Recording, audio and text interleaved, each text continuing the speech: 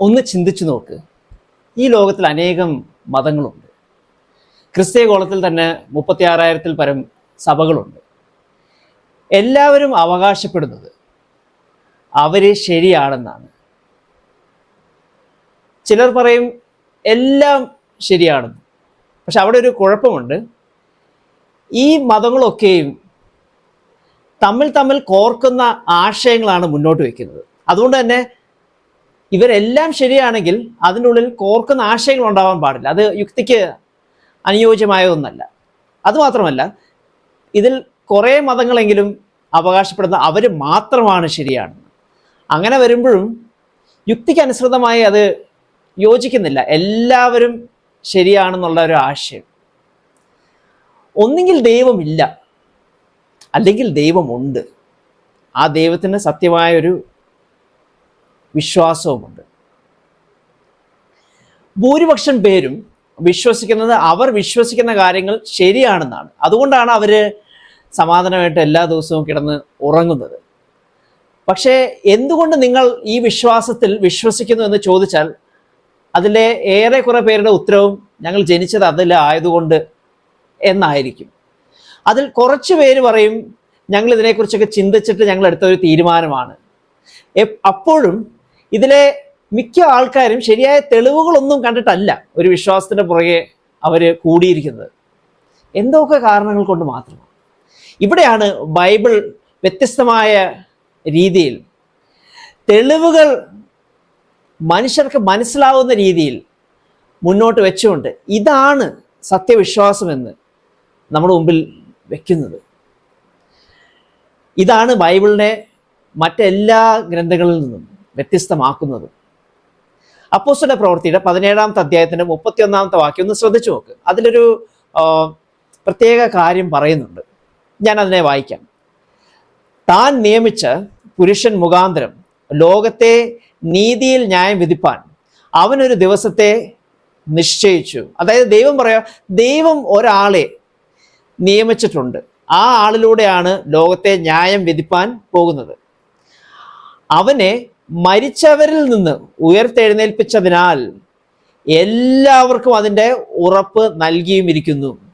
അതായത് ഈ ഒരു വ്യക്തി ആരാണോ ലോകത്തെ ന്യായം വിധിപ്പാൻ പോകുന്നത്, ആരാണോ ലോകത്തിൻ്റെ രക്ഷകൻ, ആ ആളെ ഞാൻ തിരിച്ചറിയുവാൻ തക്കവണ്ണം ലോകത്തിനൊരു ഉറപ്പ് നൽകുന്നുണ്ട്. ഇംഗ്ലീഷിൽ അതിൽ എഴുതിയിരിക്കണം, I am giving a proof to everyone. എല്ലാവർക്കും ഒരു തെളിവ് നൽകുന്നുണ്ട് എന്നാണ്. ക്രിസ്ത്യാനികൾക്ക് മാത്രമല്ല, എല്ലാ മനുഷ്യർക്കും അതിനുവേണ്ടി ഒരു തെളിവ് ദൈവം നൽകുന്നുണ്ട്. ആരാണ് നിങ്ങൾ പിൻപറ്റേണ്ട നേതാവ്, ആരാണ് നിങ്ങൾ പിൻപറ്റേണ്ട ലോകത്തിൻ്റെ രക്ഷകൻ, ആരാണ് ഭാവിയിൽ നിങ്ങളെയൊക്കെ ന്യായം വിധിപ്പാൻ പോകുന്നത്, ആ ആളെ ഞാൻ നിങ്ങൾക്ക് കാണിച്ചു തരാൻ വേണ്ടി ഒരു തെളിവ് നൽകുന്നുണ്ട്. അതാണ് ഇപ്പോൾ നമ്മൾ വായിച്ചത്. അവനെ മരിച്ചവരിൽ നിന്ന് ഉയർത്തെഴുന്നേൽപ്പിച്ചതിനാൽ എല്ലാവർക്കും അതിൻ്റെ ഉറപ്പ് നൽകിയിരിക്കുന്നു എന്നാണ്. അനേകം മത നേതാക്കൾ ഭൂമിയിൽ വന്നിട്ടുണ്ട്. മതനേതാവില്ലാതെ മതം തന്നെ ഇല്ല. എന്നാൽ ഈ ഭൂമിയുടെ ചരിത്രത്തിൽ നമ്മൾ കണ്ടിരിക്കുന്ന ഇത്ര അധികം മത നേതാക്കളിൽ ഒരാൾ പോലും മരണത്തിൻ്റെ മുകളിൽ വിജയം നേടിയിട്ടില്ല. ആ മതനേതാവ് അനേകം പേരെ കൂട്ടുന്നു, മതം സ്ഥാപിക്കുന്നു, അല്ലെങ്കിൽ വിശ്വാസത്തിൻ്റെ കാര്യങ്ങൾ പറഞ്ഞു കൊടുക്കുന്നു. അതിനുശേഷം ആ വ്യക്തി മരിക്കുകയും പിന്നെ ആ വ്യക്തി മരണത്തെ കീഴടക്കിയതായിട്ട് നമ്മുടെ മുമ്പിൽ ഒരു തെളിവും ഇല്ല. അങ്ങനെ ഇരിക്കുമ്പോഴാണ് കർത്താവായ യേശു മാത്രം മരിച്ചവരിൽ നിന്നും ഉയർത്തെഴുന്നേറ്റത് എന്നുള്ളതിന് അനേകം വ്യക്തമായ തെളിവുകൾ, ഏത് മനുഷ്യനും മനസ്സിലാക്കാവുന്ന തെളിവുകൾ നമ്മുടെ മുമ്പിലുണ്ട്. അതുകൊണ്ടാണ് അപ്പോസ്തല പ്രവൃത്തിയിൽ എഴുതിയ വാക്യങ്ങൾക്ക് അത്രയധികം ശക്തി. എല്ലാവർക്കും മനസ്സിലാവുന്ന തെളിവുകളാണ് ഇവിടെ കൊടുത്തിരിക്കുന്നത്. അല്ലാണ്ട് അതിനുവേണ്ടി ഒത്തിരി കഷ്ടപ്പെട്ട് മനസ്സിലാക്കി അതിനെ ഒരു വ്യക്തമല്ലാത്ത രീതിയിൽ അതിനെ വിശ്വസിക്കുകയൊന്നും ചെയ്യേണ്ട ആവശ്യമില്ല. എല്ലാവർക്കും, ഭൂമിയിലെ ഇത്ര 100 കോടി ആൾക്കാർക്കും എളുപ്പം മനസ്സിലാവുന്ന തെളിവായിട്ടാണ് കർത്താവായ യേശുവിനെ ദൈവം ഉയർത്തെഴുന്നേൽപ്പിച്ചിരിക്കുന്നത്. ഒന്നാമതായിട്ട് കർത്താവായ യേശു അല്ലെങ്കിൽ യേശു ഒരു ചരിത്ര പുരുഷനാണ് എന്നുള്ളതിൽ ആർക്കും സംശയമില്ല. ഈ ഹിസ് എ ഹിസ്റ്റോറിക്കൽ ഫിഗർ. യേശു ചരിത്രത്തിൽ ജീവിച്ച ഒരാളാണ് എന്നുള്ളതിൽ ആർക്കും സംശയമില്ല. നമ്മൾ ഏത് ചരിത്രകാരനെ എടുത്ത് അവരുടെ പോയി ചോദിച്ചാലും സാധാരണയായി നമ്മൾ കാണുന്ന അതിൽ ഡിഗ്രിയും ഡോക്ടറേറ്റും ഒക്കെ ഉള്ള അറിയപ്പെടുന്ന ഏത് ചരിത്രകാരൻ, അത് ക്രിസ്ത്യാനി ആവണമെന്ന് മാത്രമില്ല, ക്രിസ്ത്യാനിയോ നിരീശ്വരവാദിയോ ഏത് മതത്തിലെ ചരിത്രകാരൻ്റെ അടുത്ത് പോയി ചോദിച്ചാലും അവർക്ക് എല്ലാവർക്കും ഒരു സ്വരത്തോടു കൂടെ പറയാൻ പറ്റുന്ന ഒന്നാണ് കർത്താവായ യേശു. അല്ലെ, അവർ കർത്താവ് എന്ന് വിളിക്കത്തില്ല, യേശു ഒരു ചരിത്ര പുരുഷനാണ്, അതിലൊരു സംശയമില്ല. ചരിത്രത്തിൽ ഇങ്ങനെ ഒരു വ്യക്തി ജീവിച്ചിരുന്നു, ഇന്ന സ്ഥലത്ത് ജീവിച്ചിരുന്നു, ഇന്ന കാലഘട്ടത്തിൽ ജീവിച്ചിരുന്നു എന്നുള്ളതിൽ ഒരു തർക്കവുമില്ല. നമ്മൾ ചരിത്രത്തിൽ നമ്മളെല്ലാവരും വിശ്വസിക്കുന്ന പഴയ പല ചക്രവർത്തികളെക്കാളും അക്ബർ ആവട്ടെ, അശോകനാവട്ടെ, അലക്സാണ്ടർ ആവട്ടെ, ഇവരെക്കാളും ഒക്കെ അധികം ചരിത്ര രേഖകൾ യേശുവിനെ കുറിച്ചുണ്ട്. അതുകൊണ്ട് തന്നെ ഈ ഒരു വ്യക്തി ചരിത്രത്തിൽ ജീവിച്ചു അല്ലെങ്കിൽ ഒരു ചരിത്ര പുരുഷനായിരുന്നു എന്നുള്ളതിൽ ആർക്കും സംശയമില്ല. രണ്ടാമതായിട്ട്, യേശു എന്ന ആ വ്യക്തി ക്രൂശിക്കപ്പെട്ടു, ആ ക്രൂശിൽ വെച്ച് മരിച്ചു എന്നുള്ളതിലും ചരിത്രകാരന്മാർക്ക് ഒരു സംശയവുമില്ല. ഇത് നിങ്ങൾക്ക് അറിയണമെങ്കിൽ വിക്കിപീഡിയ എന്ന ഓൺലൈൻ എൻസൈക്ലോപീഡിയയിൽ പോയിട്ട് ദ ഹിസ്റ്റോറിക്കൽ ജീസസ് എന്ന് പറയുന്ന ആർട്ടിക്കിൾ ഒന്ന് വായിച്ചു നോക്കണം. അപ്പോൾ ഈ ആർട്ടിക്കിൾ പ്രത്യേകത ഇത് എഴുതിയിരിക്കുന്ന ഒരു ക്രിസ്തീയ വീക്ഷണത്തോടു കൂടെ അല്ല, contemporary historic methods of criticism ഉപയോഗിച്ച്, അതായത് ചരിത്രകാരന്മാർ അവരുടെ ക്രിറ്റിസിസത്തിൻ്റെ ആ മെത്തേഡ്സ് ഉപയോഗിച്ചുകൊണ്ട്, ചരിത്രത്തെ അവർ പഠിച്ചതുകൊണ്ട് എഴുതിയിരിക്കുന്ന ഒരു ആർട്ടിക്കിളാണ്. ആ ആർട്ടിക്കിൾ അവിടെ വ്യക്തമായി പറയുന്നുണ്ട് രണ്ട് കാര്യങ്ങൾ ഈ യേശു എന്ന വ്യക്തിയുടെ ജീവിതത്തിൽ സംഭവിച്ചതായിട്ട് ആർക്കും സംശയമില്ല. അതിന് കൃത്യമായ രേഖകളുണ്ട്, എല്ലാവരും അംഗീകരിക്കുന്ന രണ്ട് കാര്യങ്ങളാണ്. ഒന്ന്, യേശു എന്ന വ്യക്തി യോഹന്നാൻ സ്നാപകൻ എന്ന വ്യക്തിയാൽ സ്നാനപ്പെട്ടു. രണ്ടാമത്, ഈ വ്യക്തി യേശു എന്ന വ്യക്തി ക്രൂശിക്കപ്പെടുകയും അവിടെ വെച്ച് മരിക്കുകയും ചെയ്തു. ഇത് രണ്ട് കാര്യങ്ങളും യേശുവിൻ്റെ ജീവിതത്തെക്കുറിച്ച് തികച്ചും ചരിത്രകാരന്മാർക്ക് ഉറപ്പുള്ളതാണ്. അപ്പോൾ നിങ്ങളിവിടെ ശ്രദ്ധിച്ച് നോക്കണം, ചരിത്രകാരന്മാർക്ക് ഈ യേശു എന്ന ആള് ജീവിച്ചു എന്നുള്ളതിൽ തർക്കമില്ല, ചരിത്രകാരന്മാർക്ക് യേശു ക്രൂശിൽ മരിച്ചു എന്നുള്ളതിനും തർക്കമൊന്നുമില്ല. അവർക്ക് രണ്ട് കാര്യത്തിലും വളരെ വളരെ ഉറപ്പുണ്ട്. അങ്ങനെ ഇരിക്കുമ്പോഴാണ് നമ്മളൊരു കാര്യം ചിന്തിക്കേണ്ടത്. ഈ യേശുവിനെ ശരിക്കും ക്രൂശിച്ചത്, കൊന്നത് അന്നത്തെ റോമൻ സാമ്രാജ്യമായിരുന്നു. ഈ റോമൻ സാമ്രാജ്യം എന്ന നമ്മൾ ചിന്തിക്കുമ്പോൾ ഇന്നത്തെ ഒരു അമേരിക്കയെ പോലെ നമ്മൾ കാണണം. അതായത് അന്നത്തെ ലോകത്തിൻ്റെ ഏറ്റവും ശക്തി ഉള്ള രാഷ്ട്രം അല്ലെങ്കിൽ സാമ്രാജ്യമായിരുന്നു റോമൻ സാമ്രാജ്യം. അന്നത്തെ വേൾഡ് സൂപ്പർ പവർ ആയിരുന്നു. അവർക്ക് എങ്ങനെ ഒരു വ്യക്തിയെ കൊല്ലണം എന്നുള്ളതിനെ കുറിച്ച് ഒരു സംശയവുമില്ല. കാരണം അവരുടെ ക്യാപിറ്റൽ പണിഷ്മെന്റ് ആയിരുന്നു ക്രൂശിൽ തറയ്ക്കുക എന്നുള്ളത്, അല്ലാണ്ട് യഹൂദന്മാരുടെ ക്യാപിറ്റൽ പണിഷ്മെന്റ് അല്ല. അവിടെ ഒരാളെ ശിക്ഷയ്ക്ക് വിധിക്കുകയാണെങ്കിൽ ആ വ്യക്തിയെ കൊന്നിരുന്ന രീതിയാണ് ക്രൂശിൽ തറയ്ക്കുക. യഹൂദന്മാരെ കല്ലെറിഞ്ഞാണ് അന്ന് കാലത്ത്, അല്ലെങ്കിൽ അവരുടെ നിയമപ്രകാരം ഒരാൾക്ക് ക്യാപിറ്റൽ പണിഷ്മെന്റ് അല്ലെങ്കിൽ മരണശിക്ഷ നടപ്പിലാക്കേണ്ടത്. അതുകൊണ്ട് തന്നെ ഈ ലോക സാമ്രാജ്യത്തിന്, ഈ സൂപ്പർ പവറിന് ഒരാളെ കൊല്ലാൻ വളരെ നന്നായി അറിയായിരുന്നു. കാരണം അത് അവരുടെ ഒഫീഷ്യൽ ക്യാപിറ്റൽ പണിഷ്മെന്റ് ആയിരുന്നു.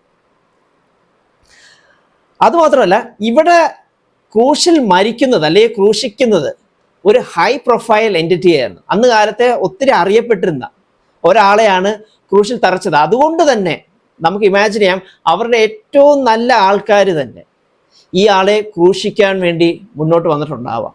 It was a high profile famous, ഒരു വളരെ അറിയപ്പെടുന്ന ഒരാളുടെ ശിക്ഷയാണ് വിധിച്ചിരുന്നത് അല്ലെങ്കിൽ നടപ്പിലാക്കിയിരുന്നത്.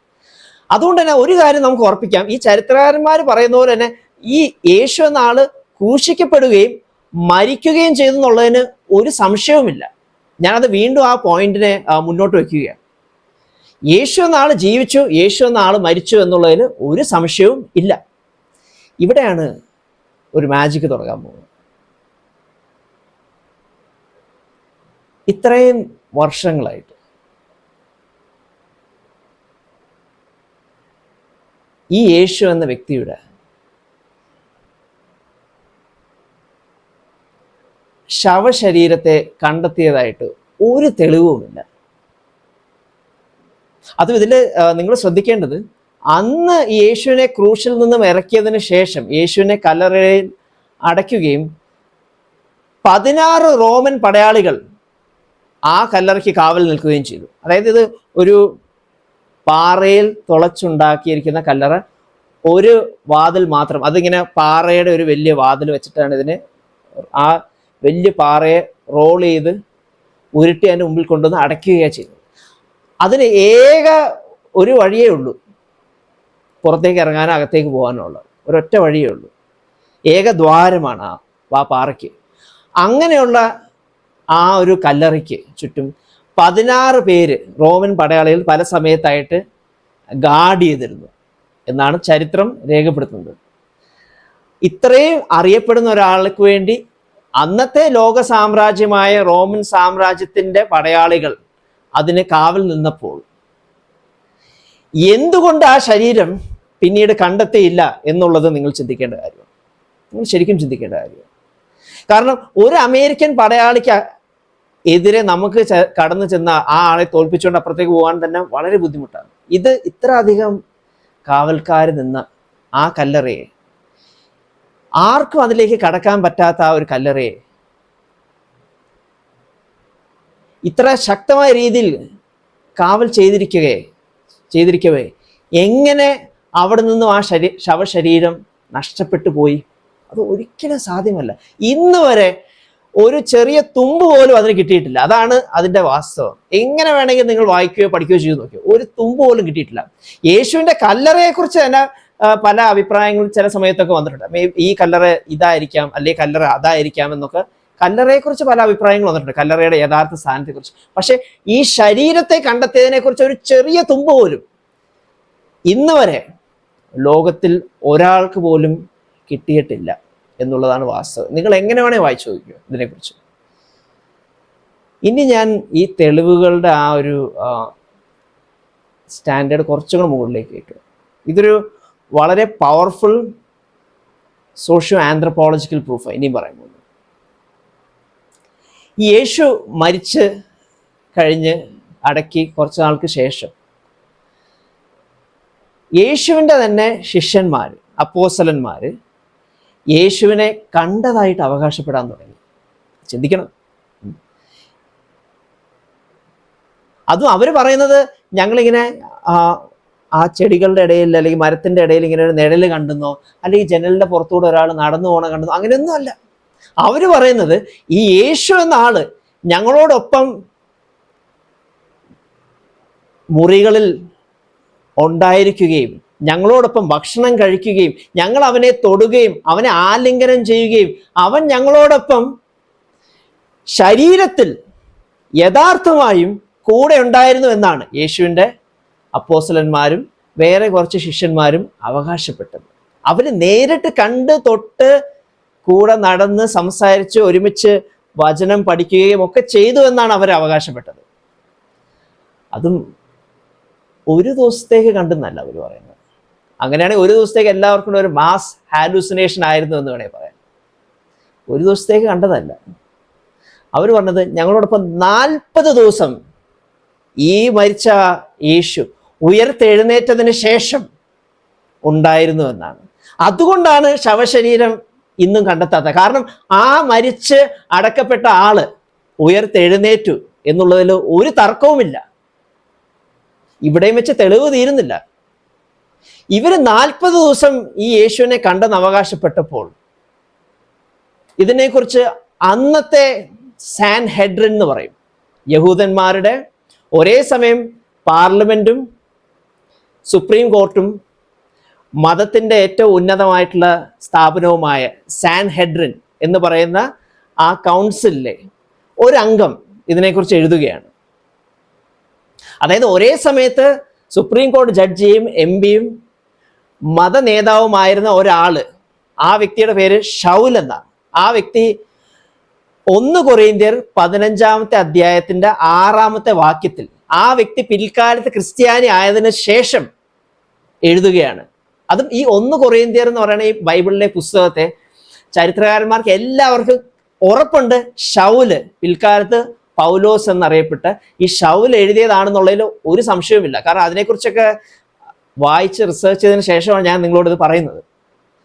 ആർക്ക് സംശയമില്ല, ഇത് ആ പാർലമെന്റേറിയൻ, ആ MP, ആ സുപ്രീം കോടതി ജഡ്ജി, ആ മത നേതാവും എല്ലാം ആയിരുന്ന ശൗൽ എന്ന് അറിയപ്പെട്ടിരുന്ന പിൽക്കാലത്ത് പൗലോസ് എന്ന് വിളിച്ച ആ വ്യക്തിയാണ് എഴുതിയതെന്ന് ആർക്ക് സംശയമില്ല. ആ വ്യക്തി പറയുകയാണ്, ഞാൻ വായിക്കുക, 1 കൊരിന്ത്യർ 15:6 ഇപ്രകാരം പറയുന്നു: അനന്തരം അവൻ 500-ൽ-അധികം സഹോദരന്മാർക്ക് ഒരുമിച്ച് പ്രത്യക്ഷനായി. അവർ മിക്കപേരും ഇന്ന് വരെ ജീവനോടെ ഇരിക്കുന്നു, ചിലരോ നിദ്ര പ്രാപിച്ചിരിക്കുന്നു എന്നാണ്. അപ്പോൾ ഈ ശൗലിനെ കുറിച്ച് നിങ്ങൾ പഠിക്കുമ്പോൾ ഒരു കാര്യം വ്യക്തമാണ്. ഈ ശൗല് ക്രിസ്ത്യാനി ആയിരുന്നില്ല മുൻപേ. ക്രിസ്ത്യാനികളെ പീഡിപ്പിക്കുകയും അന്ന് കാലത്തെ യേശുവിൻ്റെ ഏറ്റവും പ്രധാനപ്പെട്ട ശിഷ്യന്മാരിൽ ഒരാളായ സ്റ്റെഫാനോസിനെ, അതായത് യേശുവിൻ്റെ ശിഷ്യന്മാരിൽ ഏറ്റവും ആദ്യം മരിക്കുന്ന ആൾക്കാരിൽ ഒരാളാണ്. അപ്പോസ്തലൻ അല്ല, എന്നാലും ശിഷ്യന്മാരിൽ ഒരാളാണ് സ്റ്റെഫാനോസ് എന്ന ആൾ. ഈ സ്റ്റെഫാനോസിൻ്റെ മരണത്തിൻ്റെ കൊലയ്ക്ക് പിന്നിൽ പ്രവർത്തിക്കുകയും അന്ന് ക്രിസ്ത്യാനികൾക്കെതിരെ ഏറ്റവും വലിയ പീഡനം അഴിച്ചുവിടുകയും ചെയ്തിരുന്ന, മാസ്സായിട്ട് ക്രിസ്ത്യാനികളെ പെർസിക്യൂട്ട് ചെയ്തിരുന്ന, ക്രിസ്ത്യാനികൾക്ക് എതിരെ ഏറ്റവും ശക്തമായി നിന്നിരുന്ന സാൻഹെഡ്രിന്റെ അംഗമായിരുന്നു ശൗല്. ആ വ്യക്തി പിന്നീട് ക്രിസ്ത്യാനി ആവുകയാണ് യേശുവിൻ്റെ ഒരു ദർശനം കണ്ടതിന് ശേഷം, യേശു അവനോട് പ്രത്യക്ഷപ്പെട്ടതിന് ശേഷം. അതിനെക്കുറിച്ച് ശൗല് തന്നെ പറയുന്നുണ്ട്. ആ ശൗലാണ് ഇവിടെ എഴുതുന്നത്, അനന്തരം അവൻ 500-ൽ-അധികം സഹോദരന്മാർക്ക് ഒരുമിച്ച് പ്രത്യക്ഷനായി. അവർ മിക്കപേരും ഇന്ന് വരെ ജീവനോടിരിക്കുന്നു, ചിലരോ നിദ്ര പ്രാപിച്ചിരിക്കുന്നു. അതായത് ഈ ശൗല് ക്രിസ്ത്യാനി ആയതിനു ശേഷം ഇതിൻ്റെ ഇടയിൽ ചെന്ന് പഠിക്കാൻ തുടങ്ങി. പഠിച്ചപ്പോൾ 500-ൽ-അധികം പേർക്ക് യേശു ഒരുമിച്ച് പ്രത്യക്ഷപ്പെട്ടു എന്നാണ് ശൗലിന് മനസ്സിലാക്കുവാൻ സാധിച്ചത്. അതിൻ്റെ ഭൂരിപക്ഷം പേരും ഇന്നും ജീവിച്ചിരിപ്പുണ്ട് എന്ന് ശൗൽ അവകാശപ്പെടുക, ഈ പാർലമെന്റേറിയൻ, ഈ ജഡ്ജി, ഈ മത നേതാവ് അവകാശപ്പെടുക. കാരണം അദ്ദേഹം പഠിച്ചപ്പോൾ ഇവരെയൊക്കെ ഇന്റർവ്യൂ ചെയ്ത് ഓരോ ആളോടും പോയി സംസാരിച്ചപ്പോൾ അതിൽ ഭൂരിപക്ഷം പേര് ഇപ്പോഴും നേരിട്ട് കണ്ടവരായിട്ട് അവിടെ കൂടെ ഉണ്ട്. അതിൽ ചില ആൾക്കാർ മാത്രം നിദ്ര പ്രാപിച്ചു അല്ലെങ്കിൽ മരിച്ചു പോയി. അതായത് യേശു ഉയർത്തെഴുന്നേറ്റതിന് ശേഷം ഒറ്റയടിക്ക് ഇൻ വൺ ഷോട്ട് 500-ൽ പരം ആൾക്കാർക്ക് മലയിൽ വെച്ച് ഒരിക്കൽ പ്രത്യക്ഷപ്പെട്ടു എന്ന് ബൈബിളിൽ പറയുന്നുണ്ട്. ആ കാര്യത്തെക്കുറിച്ചാണ് ഇവിടെ ശൗലും പറയുന്നത്. ആ വ്യക്തി എഴുതിയത്, ആ പുസ്തകം എഴുതിയതിനെ കുറിച്ച് ആർക്ക് സംശയമില്ല. ഇത് ക്രിസ്ത്യാനികളെ പീഡിപ്പിച്ച ആളായിരുന്നുള്ളതിൽ സംശയമില്ല. ഈ ആൾ വളരെ ഉന്നത വിദ്യാഭ്യാസം ഉണ്ടായിരുന്നതിനുള്ള സംശയമില്ല. എന്തുകൊണ്ടും ആ വ്യക്തിയുടെ സാക്ഷിയെ മാനിക്കാവുന്ന ഒരു സാക്ഷി തന്നെയാണ്. ആ വ്യക്തിയാണ് പറയുന്നത്, അന്നത്തെ MP, ജഡ്ജി, റിലീജിയസ് ലീഡർ ആണ് പറയുന്നത്, ഈ യേശു നിങ്ങൾ വിചാരിക്കുന്ന പോലെയൊന്നും അല്ല. 500-ലധികം പേർക്ക് ഒറ്റയടിക്ക് പ്രത്യക്ഷനായി, ഒരുമിച്ച് പ്രത്യക്ഷപ്പെട്ടു. അതിൽ ഭൂരിപക്ഷം പേരുമായി ഞാൻ ഇടപെട്ടു. അവർ ഭൂരിപക്ഷം പേര് ഇപ്പോഴും ജീവിച്ചിരിപ്പുണ്ട്, ബാക്കി കുറച്ച് പേര് മരിച്ചു പോയിട്ടുണ്ട് എന്നാണ് പറയുന്നത്. അതിവിടെ വേറെ പ്രത്യേകത എന്ന് പറയുമ്പോഴേ, ഇപ്പോൾ ഞാൻ നേരിട്ട് ഇതുപോലെ ഒരു സംഭവം കണ്ടെങ്കിൽ ഞാൻ എന്ത് ചെയ്യും? എൻ്റെ അമ്മയുടെ അടുത്തും അപ്പൻ്റെ അടുത്തും ഭാര്യയുടെ അടുത്തും സഹോദരൻ സഹോദരി, അങ്ങനെ എൻ്റെ അടുത്ത ബന്ധുക്കളുടെ അടുത്തൊക്കെ പറയും, അല്ലേ? അതുകൊണ്ട് തന്നെ അന്ന് കാലത്ത് ഈ യേശുവിനെ നേരിട്ട് കണ്ടവർ, മരിച്ചു ഉയർത്തെഴുന്നേറ്റതിന് ശേഷം നേരിട്ട് കണ്ടവർ ഓരോരുത്തരും പോയി അവരുടെ ഭവനങ്ങളിൽ പോയി നേരിട്ട് സാക്ഷ്യം പറയുകയും, ഇപ്പോൾ ഞാൻ പറയുന്ന കാര്യത്തെ എൻ്റെ വീട്ടുകാർ പൂർണ്ണമായും വിശ്വസിക്കും. അവർക്ക് അതിൽ സംശയമില്ല. കാരണം അവർക്ക് വർഷങ്ങളായിട്ട് എന്നെ അറിയാവുന്നതാണ്. ഞാൻ അവരുടെ അടുത്ത് വെറുതെ ഒരു കാര്യം പറയേണ്ട ആവശ്യമില്ല എന്ന് അവർക്കറിയാം.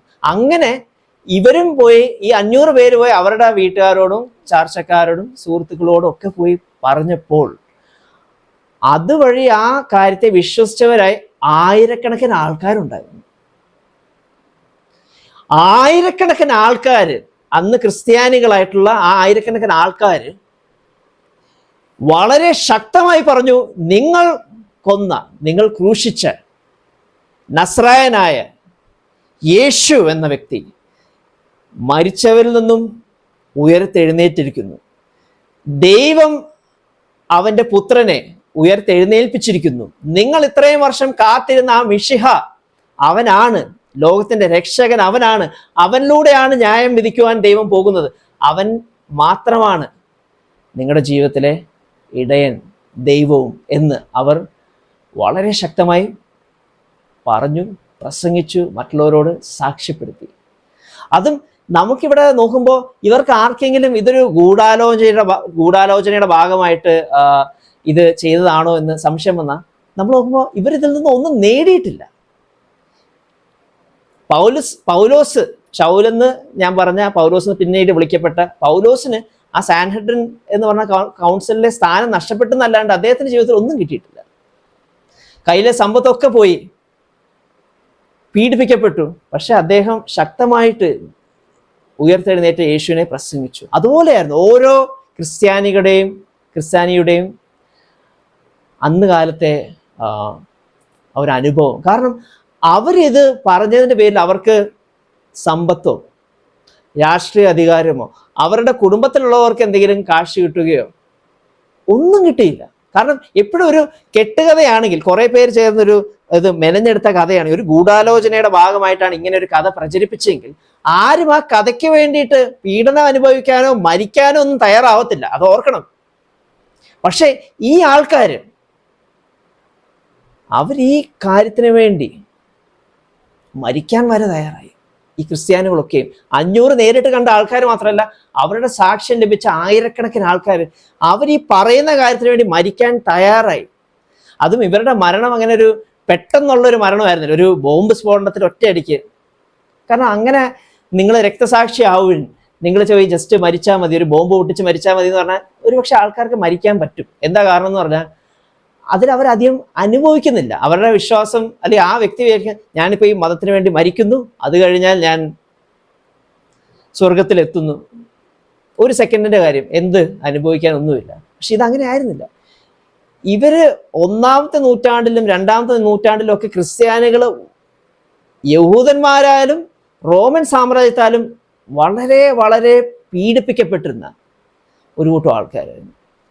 അവർ വർഷങ്ങളോളം പീഡനം അനുഭവിച്ചതിന് ശേഷമാണ് പലരും അവസാനം അതിക്രൂരമായി കൊലപ്പെട്ടത്. അഥവാ മരണത്തിന്റെ വക്കിൽ വെച്ച് അവരോട് പലരോടും ചോദിച്ചു എന്ന് ചരിത്രം രേഖപ്പെടുത്തുന്നു. നിങ്ങൾ ഈ വിശ്വാസത്തെ ത്യജിക്കാൻ തയ്യാറാണെങ്കിൽ നിങ്ങളെ ഈ മരണശിക്ഷയിൽ നിന്നും ഞങ്ങൾ ഒഴിവാക്കാമെന്നും പറഞ്ഞു. അപ്പോൾ അവർ പലരും പറഞ്ഞത്, ഞങ്ങൾ കണ്ട ആളെയാണ് ഉയർത്തെഴുന്നേറ്റ്, മരിച്ചവരിൽ നിന്നും ഉയർത്തെഴുന്നേറ്റ് ഞങ്ങൾ നേരിട്ട് കണ്ട ആളെയാണ് ഞങ്ങൾ സാക്ഷ്യപ്പെടുത്തുന്നത്. അതുകൊണ്ട് അവൻ ദൈവമാണെന്നുള്ളതിൽ ഞങ്ങൾക്ക് ഒരു സംശയവും ഇല്ല എന്നാണ് അവർ ശക്തമായി പറഞ്ഞത്. It's all historical proof. നമുക്ക് പോയി വായിച്ചു നോക്കാം. പലരെയും സിംഹത്തിന് ഇരയാക്കി ഇട്ടുകൊടുത്തു. അന്നത്തെ റോമൻ കൊളോസ്യത്തിൽ വെച്ച് ആ സിംഹങ്ങൾ കടിച്ചു കീറിയവരെ കൊന്നു. പലരെയും വാളിനിരയാക്കി, പലരെ അമ്പെയ്തു കൊന്നു, പലരെയും പല രീതിയിൽ വർഷങ്ങളുടെ പീഡനത്തിന് ശേഷം. അതുകൊണ്ട് അവർക്ക് ഏത് സമയത്ത് വേണമെങ്കിൽ ഈ വിശ്വാസത്തിൽ നിന്ന് പിന്തിരിയായിരുന്നു. അവർക്ക് ഇതിന്റെ പേരിൽ ഒരു നേട്ടവും ലഭിച്ചിട്ടില്ല. അതുകൊണ്ടാണ് ഇതൊരു വളരെ വളരെ പവർഫുൾ സോഷ്യോ ആന്ത്രപ്പോളജിക്കൽ പ്രൂഫാണ്. എന്തുകൊണ്ട് മനുഷ്യർ ഇങ്ങനെ ബിഹേവ് ചെയ്തു, ഇപ്രകാരം അവര് ഈ ഒരു കാര്യത്തോട് പ്രതികരിച്ചു എന്നുള്ളത് നമ്മൾ ചിന്തിച്ചു നോക്കണം. അത് സത്യമായതുകൊണ്ട് മാത്രമാണെന്നാണ് ഞാൻ പറയുന്നത്. വേറെ ഒരു കാരണവുമില്ല. കാരണം അവർക്കോ അവരുടെ കുടുംബക്കാർക്കോ സമ്പത്ത് ലഭിക്കുകയോ ശക്തി ലഭിക്കുകയോ അധികാരം ലഭിക്കുകയോ സുഖ സൗകര്യങ്ങൾ ലഭിക്കുകയോ ഒന്നും കിട്ടിയിട്ടില്ല. ഇതിന്റെ പേരിൽ ദാരിദ്ര്യവും പീഡനവും അവസാനം മരണവുമാണ് അവർക്ക് ലഭിച്ചത്. പക്ഷെ അവർക്ക് എല്ലാവർക്കും ഒരു കാര്യം ഉറപ്പുണ്ടായിരുന്നു, ഞങ്ങളിപ്പോൾ മരിച്ചാലും ഈ യേശു മരിച്ചവരിൽ നിന്നും ഉയർത്തെഴുന്നേറ്റത് കൊണ്ട് തന്നെ ഞങ്ങൾക്കും മരണത്തിന്റെ മുകളിൽ അവസാനം വിജയം ലഭിക്കുകയും ഞങ്ങളും ദൈവത്തോടൊപ്പം സ്വർഗരാജ്യത്തിൽ ചേരുകയും ചെയ്യുമെന്നുള്ള ആ തികച്ച വിശ്വാസമാണ് അവരെ ആ കാര്യത്തിൽ മുന്നോട്ട് കൊണ്ടുപോകാൻ സാധ്യമാക്കിയത്. ഇന്ന് ഈ ഞാൻ പറഞ്ഞ കാര്യത്തെ ഞാൻ ഒരിക്കൽ കൂടെ ചുരുക്കി പറയാൻ ആഗ്രഹിക്കുകയാണ്. കർത്താവായ യേശു ഒരു ചരിത്ര പുരുഷനായിരുന്നു, അല്ലെങ്കിൽ ഒരു ഹിസ്റ്റോറിക്കൽ ഫിഗർ, ചരിത്രത്തിൽ ജീവിച്ചവരെന്നുള്ള ഒരാളായിരുന്നു എന്നുള്ളതിൽ ആർക്കും ഒരു സംശയമില്ല, ഒരു ചരിത്രകാരനും സംശയമില്ല. കർത്താവായ യേശു ക്രൂശിൽ മരിച്ചു എന്നുള്ളതിലും ഒരു ചരിത്രകാരന്മാർക്കും സംശയമില്ല, അല്ലെങ്കിൽ ക്രൂശിക്കപ്പെട്ടിരുന്നു എന്നുള്ളതിൽ ആർക്കും സംശയമില്ല. ഈ യേശുവിനെ ക്രൂശിൽ തറച്ചത് അന്നത്തെ ലോക സാമ്രാജ്യമായ റോമൻ സാമ്രാജ്യമാണ്. അതുകൊണ്ട് തന്നെ ആ യേശുവിനെ അവർ ക്രൂശിൽ തറച്ചപ്പോൾ യേശു മരിച്ചു എന്നുള്ളതിൽ ഒരു തർക്കവുമില്ല. അതുമാത്രമല്ല, അവർ തന്നെയാണ് യേശുവിൻ്റെ കല്ലറയെ അന്ന് ഗാർഡ് ചെയ്തത്, അല്ലെങ്കിൽ കാവൽ നിന്നത്. ശക്തരായിട്ടുള്ള അവരുടെ പടയാളികളാണ് ആ കല്ലറയ്ക്ക് കാവൽ നിന്നത്. എന്നിരുന്നാലും ഇത്രയും വർഷങ്ങളായിട്ട് യേശുവിൻ്റെ ശരീരത്തിൻ്റെ കുറിച്ച്, അല്ലെങ്കിൽ ശരീരത്തെ കണ്ടെത്തി, അല്ലെങ്കിൽ ശരീരത്തെ ഇന്ന സ്ഥലത്ത് ഉണ്ടായിരുന്നു എന്നുള്ളതിനെ കുറിച്ചൊന്നും ഒരു തെളിവും ഇന്നേ വരെ മനുഷ്യന് കിട്ടിയിട്ടില്ല. ഇതുവരെ ആ ശരീരത്തെ കണ്ടെത്തിയതായിട്ട് ഒരാൾ പോലും ഒരു രേഖയും മുന്നോട്ട് കൊണ്ടുവന്നിട്ടില്ല. ഒരു ചർച്ചയ്ക്ക് വേണ്ടി പോലും ഒരു കാര്യം മുന്നോട്ട് കൊണ്ടുവന്നിട്ടില്ല. ഈ യേശു മരിച്ച് കുറച്ച് നാളുകൾക്ക് കഴിഞ്ഞപ്പോൾ യേശുവിൻ്റെ അപ്പോസ്തലന്മാരും ഏതാനും ശിഷ്യന്മാരും അവകാശപ്പെട്ടു, ഈ യേശു ശരീരത്തിൽ ഞങ്ങളോടൊപ്പം ഉണ്ടായിരുന്നു. ഈ മരിച്ചവരിൽ നിന്നും ഉയർത്തെഴുന്നേറ്റ യേശു, ഉയർത്തെഴുന്നേറ്റതിന് ശേഷം, അല്ലെങ്കിൽ മരിച്ചതിൽ നിന്ന് ഉയർത്തെഴുന്നേറ്റതിന് ശേഷം യേശു ഞങ്ങളോടൊപ്പം ശരീരത്തിൽ വരികയും ഞങ്ങളോടൊപ്പം ഇടപെടുകയും ഞങ്ങൾ അവനെ തൊടുകയും അവനോട് സംസാരിക്കുകയും അവനോടൊപ്പം ഭക്ഷണം കഴിക്കുകയും അവനെ ആലിംഗനം ചെയ്യുകയും അവനോടൊപ്പം വചനം പഠിക്കുകയും ഒക്കെ ചെയ്തു. ഒരു ദിവസമല്ല, 40 ദിവസം അവൻ ഞങ്ങളോടൊപ്പം പല സമയത്തായിട്ട് ഇപ്രകാരം ഇടപെട്ടു എന്ന് അവർ അവകാശപ്പെട്ടു. അതിനുശേഷം അന്നത്തെ പാർലമെന്റും സുപ്രീം കോർട്ടും മതത്തിൻ്റെ തലപ്പത്തിരിക്കുന്നതുമൊക്കെയായ ആ സാൻഹെഡ്രിൻ കൗൺസിൽ, ജൂയിഷ് സാൻഹെഡ്രിൻ കൗൺസിൽ, യഹൂദന്മാരുടെ ഏറ്റവും മുകളിലുള്ള ഈ സ്ഥാപനത്തിൽ പ്രധാനിയായ ഒരു അംഗമായ ശൗൽ എന്ന ആള് പിൽക്കാലത്ത് ക്രിസ്ത്യാനിയാവുകയും ആ വ്യക്തി ഇതിനെക്കുറിച്ച് സാക്ഷ്യപ്പെടുത്തുകയും ചെയ്യും. അന്നത്തെ MP, ജഡ്ജ്, റിലീജിയസ് ലീഡർ സാക്ഷ്യപ്പെടുത്തുക. 500 പേർക്ക് ഈ യേശു ഒറ്റയടിക്ക് ഒരു മലയിൽ വെച്ച് പ്രത്യക്ഷപ്പെട്ടു. ആ ആൾക്കാരിൽ ഭൂരിപക്ഷം പേരെയും ഞാൻ കാണുകയും സംസാരിക്കുകയും ചെയ്തു. അവർ ജീവനോടെ ഞങ്ങളോടൊപ്പം ഇന്നും ഇരിപ്പുണ്ട്. അതിൽ കുറച്ച് പേര് മരിച്ചുപോയി. അതായത് 500-ൽ പരം ആൾക്കാർ യേശുവിനെ ഒറ്റയടിക്ക് കണ്ടു. ആ ആൾക്കാരും അവരിൽ നിന്ന് സാക്ഷ്യം ലഭിച്ചതുമായ ആയിരക്കണക്കിന് ആൾക്കാർ, ഏഴാമത്തെ ഫൈനൽ പോയിന്റ്, ആ യേശുവിന് വേണ്ടി വർഷങ്ങൾ പീഡനം സഹിച്ചിട്ടും മരിക്കുന്നതിൻ്റെ വക്കിലെത്തിയിട്ടും ആ യേശുവിനെ തള്ളി പറയാതെ ആ യേശു ജീവനോടുകൂടെ ഇന്നും ഇരിപ്പുണ്ട് എന്ന് സാക്ഷ്യം പറയുകയും അതിനുവേണ്ടി മരിക്കുകയും ചെയ്തു. ഒരിക്കലും മനുഷ്യനൊരു നേട്ടമില്ലാണ്ട് അങ്ങനെ ചെയ്യാൻ പറ്റത്തില്ല. വർഷങ്ങൾ പീഡനം അനുഭവിക്കാനോ അതിനുവേണ്ടി ക്രൂരമായി മരിക്കുവാനോ ഒന്നും സാധ്യമല്ല. അതിൻ്റെ അർത്ഥം എന്ന് പറഞ്ഞാൽ അവർ തീർച്ചയായിട്ടും യേശുവിനെ അവർ കണ്ടിരുന്നു, അവർക്ക് വേണ്ടപ്പെട്ടവർ കണ്ടിരുന്നു. അതുകൊണ്ട് യേശു മരിച്ചവരിൽ നിന്ന് ഉയർത്തെഴുന്നേറ്റത് കൊണ്ട് തന്നെ ഞങ്ങൾക്കും ജീവിതത്തിൽ ഈ കഷ്ടപ്പാടൊക്കെ ഉണ്ടായാലും ഞങ്ങൾക്ക് നിത്യജീവൻ ഉണ്ടാവുമെന്ന് അവർക്ക് ഉറപ്പുണ്ടായിരുന്നു. ഈ യേശുവിനെ നിങ്ങളുടെ ദൈവമായും രക്ഷിതാവുമായും സ്വീകരിക്കുവാൻ നിങ്ങൾ തയ്യാറാവുന്നു എന്നുള്ളതാണ് നിങ്ങൾ ചിന്തിക്കേണ്ടത്. ഇത് കേട്ട ഓരോരുത്തർക്കും ആ ദൈവത്തിൻ്റെ സ്നേഹവന്ദനം ഞാൻ അറിയിച്ചുകൊള്ളുന്നു. ദൈവം നിങ്ങളോട് തുടർന്നും സംസാരിക്കട്ടെ എന്ന് പ്രാർത്ഥിച്ചുകൊണ്ട് എൻ്റെ വാക്കുകളെ ഞാൻ ചുരുക്കുന്നു.